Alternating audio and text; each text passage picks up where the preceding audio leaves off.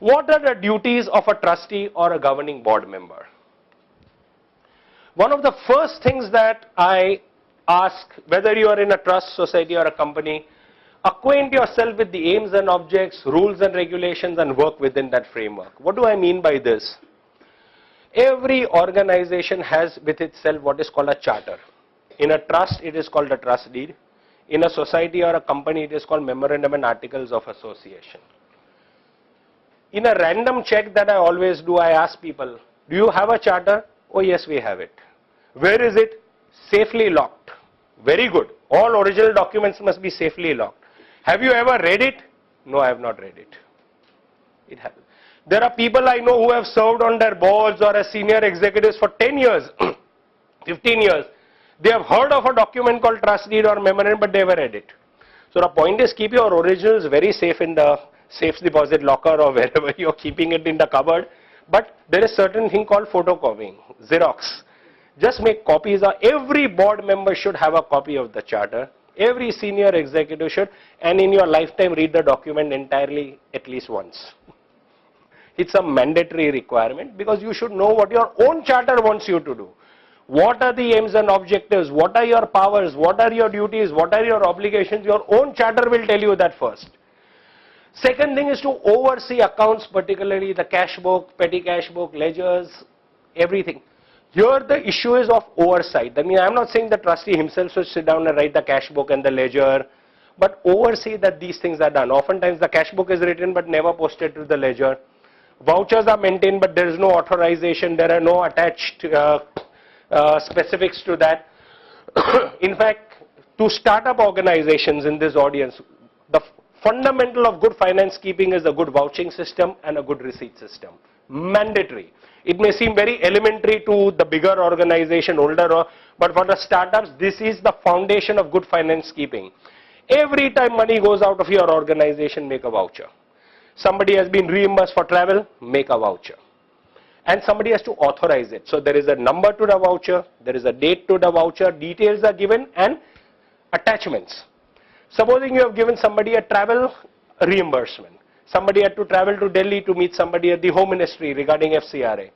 You have to first decide by policy, are you going to fly that person or send that person by train? That is a policy, no one is first on that.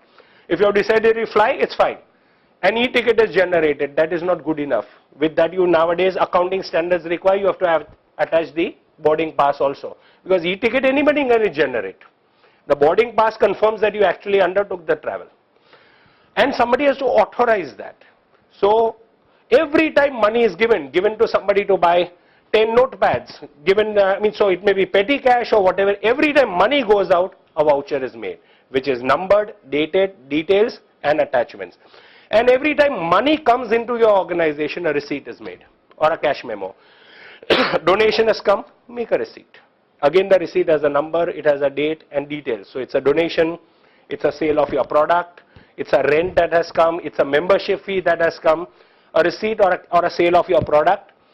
If you maintain numbered, dated, detailed vouchers and receipts, even if you have a part-time accountant who writes your accounts once a month for a few days, you will still manage it. So a startup organization need not even have a full-time accountant. If you will manage your vouching as in properly filed, the moment there is the money gone out, make a voucher there and then and file it with the date and number. Money has come, immediately make a receipt and it has a date and a number and details. Then even if this sits with you for 1 month and an accountant comes, just submit. A good accountant will take it to the cash book, post it to the ledger and your books of accounts can be maintained. It's the absolute fundamental of finance keeping. And this, a board member has to oversee that it is done. Because end of the day, the buck stops with the trustees. The responsibility is of the trustee. So if anything goes wrong, you can say the accountant goofed.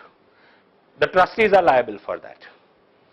Then ensure separate books of accounts if the trust has any business income or you receive foreign aid. So under FCRA, you need to have a separate cash book and a separate ledger for your FCRA account. Only foreign receipts and its disbursement, this is a requirement under law. Vouchers must be maintained, as I said, cash memos, etc. Investment in accordance with section 11(5). As I told you, you cannot invest in shares and stocks, nor in mutual funds where Maharashtra is concerned. Only certain approved mutual funds are there.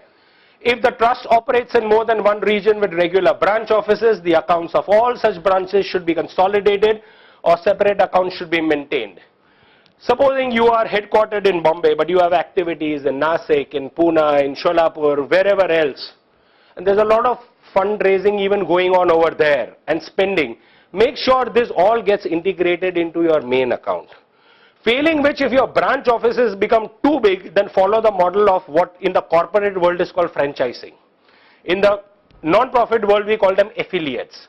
So you become the parent body, which is the hub, and everyone else who is working outside your area are separately registered. They have their own separate registration, they have their own boards of trustees, but to enjoy your brand name and logo, they pay you an affiliation fee. They report to you every year and you have a certain MOU with them that you will enjoy the brand name and the logo only as long as you follow the norms which are laid down under the MOU. Classic cases are organizations like National Association for the Blind, NAB, where the main hub is in Bombay, but there is a separately registered NAB in Hyderabad or in Bangalore. They have their own boards there, their own fundraising, their own accounts are filed. But to enjoy the brand name NAB and the logo, there must be an affiliation fee every year, send them reports, send them the annual financials, so on and so forth. So you can have, in the corporate world they call it the franchising system, in ours we call it an affiliate system. And keep an eye on cash flow, drop half-yearly budgets if necessary. In Maharashtra state, filing a budget with the charity commissioner is a requirement under law. So before March you have to file a budget. Of course no one really verifies the things over there, but it's a requirement to file a budget with the charity commissioner. It is not there in other states where charity commissioner is not there. All major policy decisions should be supported by resolution, passed either by circular or at board meetings. Sometimes you have to pass resolutions in a hurry. Let's say you want to make an investment or open a bank account. Now for those simple things you need not call an entire board meeting. So you can pass it through circular. The requirement is any circular resolutions must be ratified at a duly convened board meeting. That's a requirement. Minutes books should be maintained. Minutes can be, in the old days we used to handwrite it. Nowadays you can even computerize it. But in an ideal situation it is best that any printouts that you take are stuck in a register. Because this is to avoid tampering. So basically a minutes book is a basic register which is bound and numbered. So every page, so you can stick it there and the person partly signs on the register and partly on the page that is stuck. This is to avoid any tampering because many people maintain minutes just in files. Now when you do that, it is also open to a lot of tampering. Okay, 1 year later you decide that this was not such a good resolution, you pull that out and replace it with something else. So it's not good governance practice. It works for some, it doesn't work for some. A good practice is to paste it or handwrite it, if you like, in your minutes book. And minutes need not be essays. I've seen minutes of meetings in some cases where there are long essays that are written. You can even have bullet points. I mean, the key issues and ideal minutes today are 3 columns, Issue, decision taken, and ATR against that, action taken report. At the next meeting when you're confirming the minutes, you will also see your ATR. What is the action on that decision? So it was decided so and so has been delegated to find out about this. Has the action been taken? So it gets immediate. So basically you can do it even in column form. So you can even maintain Excel sheets for minutes, or you can just draw columns in a Word document.